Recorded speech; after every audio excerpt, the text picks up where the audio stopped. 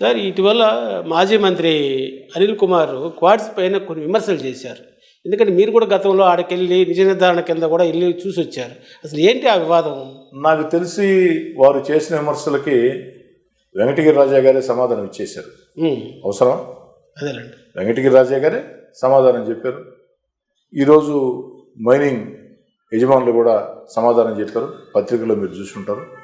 అవును గోవింద్ గారు, రాజకీయాల్లో ఉన్న వ్యక్తులు అక్రమాలు చేస్తే తప్పు, కానీ వ్యాపారాలు చేస్తే తప్పు కాదు కదా.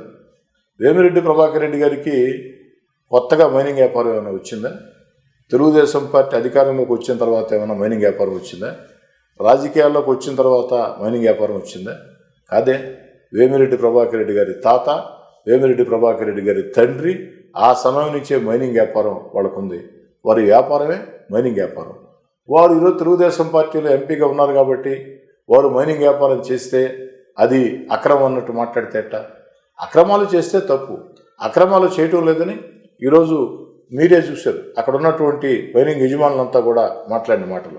వెంకటగిరి రాజా గారు స్పష్టంగా చెప్పారు, అయ్యా వేమిరెడ్డి ప్రభాకర్ రెడ్డి గారు నాకు సహకారం అందించారు, దయచేసి రాజకీయాల్లోకి లాగొద్దని కూడా, రాజకీయం చేయొద్దు అన్నాడు. రాజకీయం చేయొద్దంటూ వేమిరెడ్డి ప్రభాకర్ రెడ్డి గారు నాకు చాలా ఉపయోగపడ్డారని కూడా చెప్పారు.